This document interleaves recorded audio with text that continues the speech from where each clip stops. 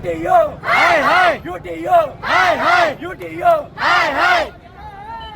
હવે મારી છોકરીનું એડમિશન આજે 6 મહિના પહેલા કરવામાં આવ્યું હતું। 10 મિનિટ ટડી છે અહીંયા પાછું બેસો આ લોકોએ અમને 6 મહિના પહેલા ફીસ બી ભરાવી દીધી, એડમિશન પણ આપી દીધું।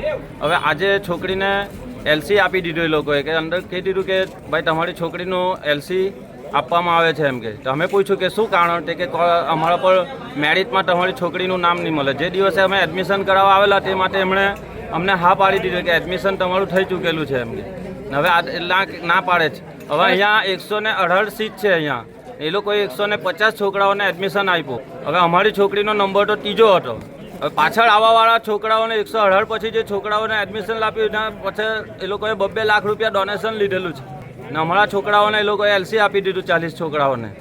આપના દ્વારા કેટલી ફીસ મેનેજમેન્ટને 60,000 રૂપિયા અમે ફીસ ભરેલી છે પહેલી, તો કે તમારા છોકરાનું એડમિશન નહીં થાય, અમારા મેરિટમાં લિસ્ટમાં તમારું છોકરીનું નામ નથી એમ કે। અમારી માંગ તો અમારા અહીંયા જ એડમિશન જોઈએ છે અમારી છોકરીને। વીસીએ એ લોકોને તમામ બાબતે રસ્તાઓ અને ઓપ્શન શું છે એ બાબતે આ લોકોને જણાવ્યું બી છે, છતાં પણ આ લોકો પ્રશ્ન એવો છે કે અમને આ કોલેજની અંદર જ ભણવું છે અને કોલેજની અંદર જ અભ્યાસ પૂરો કરવો છે। જે પ્રશ્ન ઉપસ્થિત રહી ગયો એટલે અમે પાછા અમે અહીં ઊભા છે।